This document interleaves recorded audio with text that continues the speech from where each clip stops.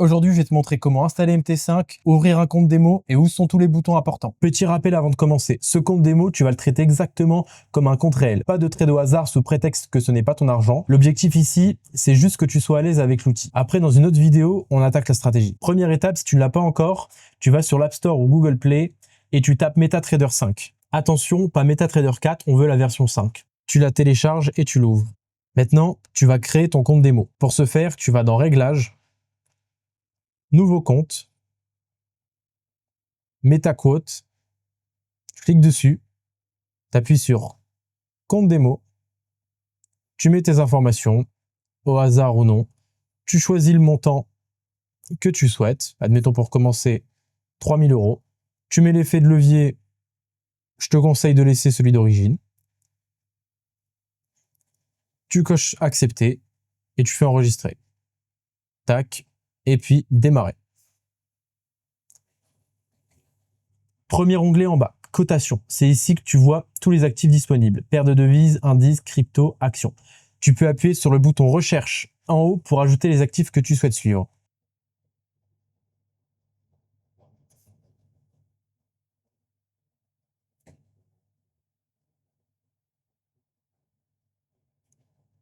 Tu peux aussi balayer chaque paire de droite à gauche et les supprimer pour réorganiser ton catalogue de devises.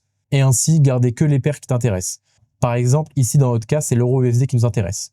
Je vais donc cliquer dessus et là on peut voir qu'il nous propose différentes options. On a trade, graphique, détail, statistiques, profondeur du marché. Ou supprimer si vous souhaitez supprimer avec cette interface-là. Nous, ce qu'on va faire dans un premier temps, c'est graphique, qui va vous emmener sur la seconde page du logiciel. Vous voyez, on était là, et là, on est ici. Dans cette page graphique, vous pouvez décider de choisir vos paires aussi directement ici, et choisir. On va rester sur l'euro USD. Et donc, nous voici sur le graphique. C'est ici que tu vas passer 80% de ton temps. Donc, tout d'abord, pour commencer, tu as les unités de temps ici.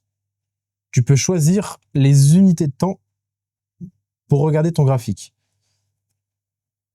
M1 pour 1 minute, M5 pour 5 minutes, M15 pour 15 minutes, M30 pour 30 minutes, ainsi de suite, ainsi de suite. H4 pour 4 heures, Day1, D1 pour une journée, W1 pour weekly pour semaine, donc c'est chaque bougie est égale à une semaine, et MN pour mois. Tu peux dézoomer sur ton graphique en glissant ton doigt sur la cotation ou simplement en zoomant comme sur une photo. Ce qu'on utilise principalement, nous, c'est ce bouton-là pour rentrer en position plus rapidement ou celui-ci pour créer des ordres limites qu'on verra dans une prochaine vidéo. Ensuite, tu as ce bouton-là pour activer ce curseur qui te permet de voir précisément les cotations et le reste pour créer des systèmes et des indicateurs, mais que nous n'utilisons pas car on passe directement sur TradingView. Vous pouvez voir sur mon Mac juste ici, qu'on verra dans une vidéo suivante. Maintenant, pour placer un ordre, c'est assez simple. Vous avez deux solutions. La première, un ordre instantané, en cliquant sur le bouton en haut à droite ici, en choisissant votre lot et en appuyant sur Buy pour acheter, donc pour un trade qui vise la hausse, et Sell pour un trade qui vise la baisse. Deuxième solution, là on va décocher ça pour avoir le graphique comme on le voulait. Deuxième solution, c'est d'appuyer sur le graphique, d'appuyer sur Trade, de monter cette page, et là vous avez beaucoup plus d'infos. Donc comme tout à l'heure, je vous le disais, on a les buy limits, cette limite, c'est des trades qui vont s'exécuter sans que vous soyez sur votre téléphone. Donc ça, on le verra dans une prochaine vidéo. Mais nous, ce qui nous intéresse maintenant, c'est les exécutions au marché. Qu'est-ce que c'est? En fait, c'est tout simple, c'est le fait de acheter et vendre ou vendre directement pendant que le prix est en train de bouger sans devoir attendre une certaine zone pour acheter ou vendre. Maintenant, avant de placer une position, moi, ce que je vous conseille, c'est d'ajouter des niveaux de stop. Donc, on va cliquer sur le bouton et là, vous voyez Take Profit et SL. SL pour stop loss, donc en fait, c'est le prix. Si il arrive sur votre stop loss, ça arrête le trade. Donc, admettons, là, il est coché. Si je décide de modifier et de mettre, par exemple, 1,13, on peut voir que si le prix avec le lot que j'ai mis, donc ça, en fait, c'est combien je mise, donc plus le lot est élevé, plus je risque. Là, on peut voir avec un lot de 0,01, 0,01, si je mets 1,13 en stop loss, donc le prix descend jusqu'à 1,13, je perds 10 €. Je ne sais pas si vous le voyez bien. Donc voilà. 10 euros. Maintenant, on peut faire pareil pour le TP. Donc, je le coche, je le sélectionne, s'il veut bien. OK. Donc là, on peut voir que on est à 0,20 000 et que je perds moins 4 700 pour le TP. Alors que le TP, c'est take profit. Le but, c'est de prendre ses profits. Donc, c'est pas du tout bon. Donc là, je vais le réécrire à la main. On peut voir qu'on a SL à 1,13. On va par exemple mettre notre TP à 1,15. Et là, on voit qu'on gagne 7,45 €. Donc, c'est plutôt bon signe, parce qu'on n'est plus en perte, on est en bénéfice. Mais vous allez voir que si vous suivez mon accompagnement et que vous allez sur mon Discord, qui est totalement gratuit et qui est en description, je demande souvent aux élèves et aux membres de toujours risquer moins que ce que vous pouvez prendre. Donc, par exemple, là, on risque 10 € de perte. Donc, essayez d'aller au moins chercher 20 €. Donc, on va augmenter à tâtons. Là, on voit qu'on est à 16. Donc, si je passe à 17, ça va être trop. Là, on voit qu'on est à 24. Si je vais être pile poil à 20, je fais à tâtons pour voir. Là, 167, c'est pas bon.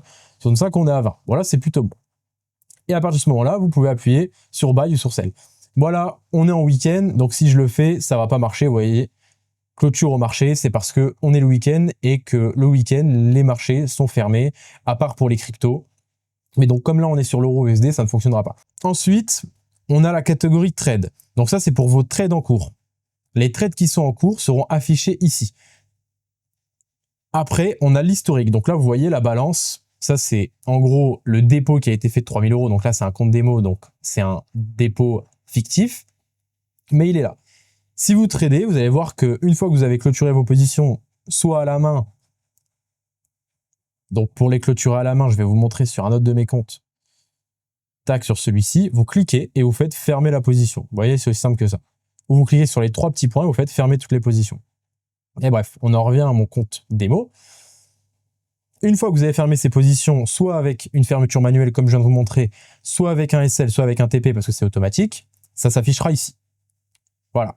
Dernière petite étape bonus, ce que vous pouvez faire pour rendre votre graphique plus agréable parce que noir et blanc, c'est pas très beau, vous pouvez descendre tout en bas, aller dans graphique, et ici, vous avez plein de choses que vous pouvez modifier. Moi, ce que je vous conseille de faire, c'est d'aller dans couleurs, tac, tac. Et là, vous voyez qu'on a un graphique avec les bonnes couleurs. Voilà en résumé, cotation pour choisir tes actifs, graphique pour analyser, le bouton trade ici pour lancer vos trades ou alors ici, et l'onglet trade pour suivre vos positions.